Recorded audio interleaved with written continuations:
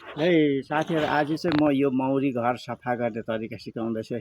यो चाहिँ फोल्डिङ गर्छ, फोल्डिङ घर चाहिँ सजिलो हुन्छ र यसलाई म पहिला गर्छु। यो चाहिँ फोल्डिङ है।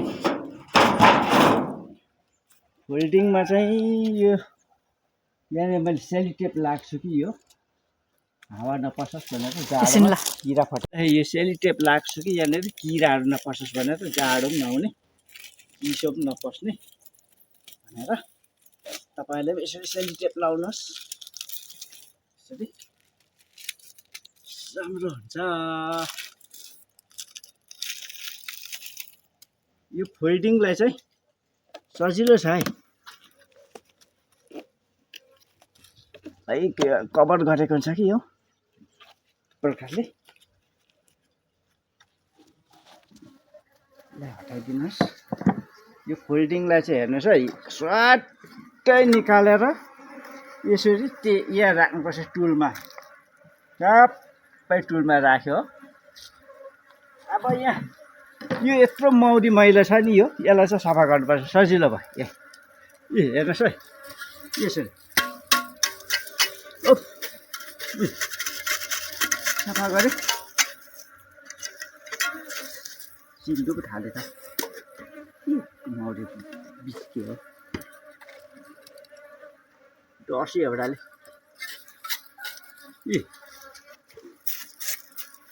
यसरी ठ्याप्पै राख्यो। यसलाई उठाएर फेरि यहाँ ठ्याप्पै राखेपछि भइहाल्छ।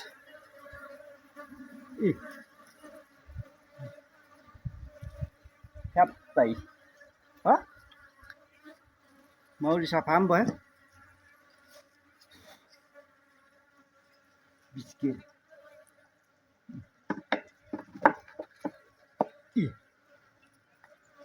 यसलाई सक्यो है, यसलाई सकिएको छ।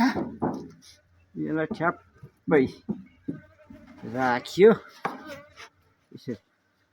अब यसलाई चाहिँ सफा गर्नु पर्दा चाहिँ जोडै फेर्नु पर्ने हुन्छ। यो चाहिँ फोल्डिङ होइन, फिक्स छ कि। यसलाई हेर्नुहोस् है,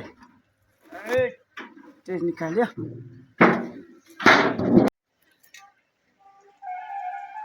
त्यहाँदेखि यो मौरीलाई यो डोलाई उठाएर फेरि यहाँ राख्नुपर्छ। यसरी फिक्सको चाहिँ यस्तो हुन्छ है।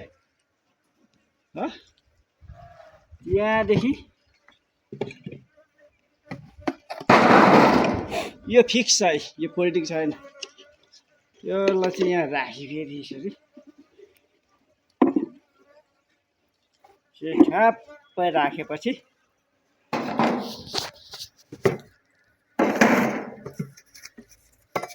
यो मौरी उठाएर यता राख्नुपर्छ। हेर्नुहोस् है, मौरी छ यहाँ राखेँ यसरी।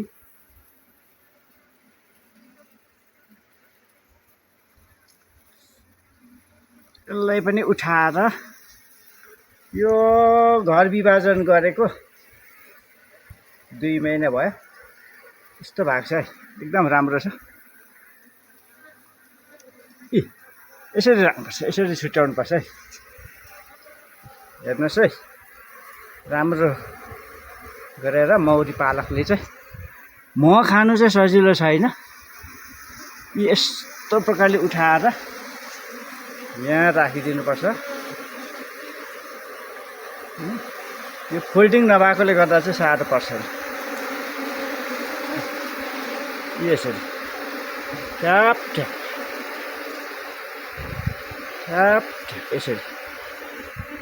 यो चाहिँ यो मौरी कम्ती हुँदा चाहिँ यसरी चाहिँ यहाँनिर छेकिदिनुपर्छ। डोमी बोर्ड पर्छ यसलाई यसरी। यो चाहिँ चारो दिने भाँडा हो। कोही बेला अनसिजनमा चाहिँ यहाँनिर फिडिङ गर्नुपर्छ। यो सक्यो, यो सक्यो। यसलाई चाहिँ फेरि यसरी ठ्याप्पै छोपिदिनुपर्छ यसरी। र यो माथिबाट मौरी चाहिँ अँठिनु हुँदैन। भइगयो हो।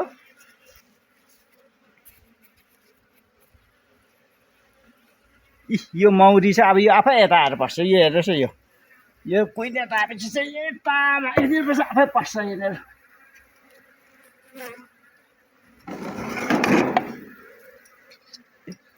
यो भयो के यसको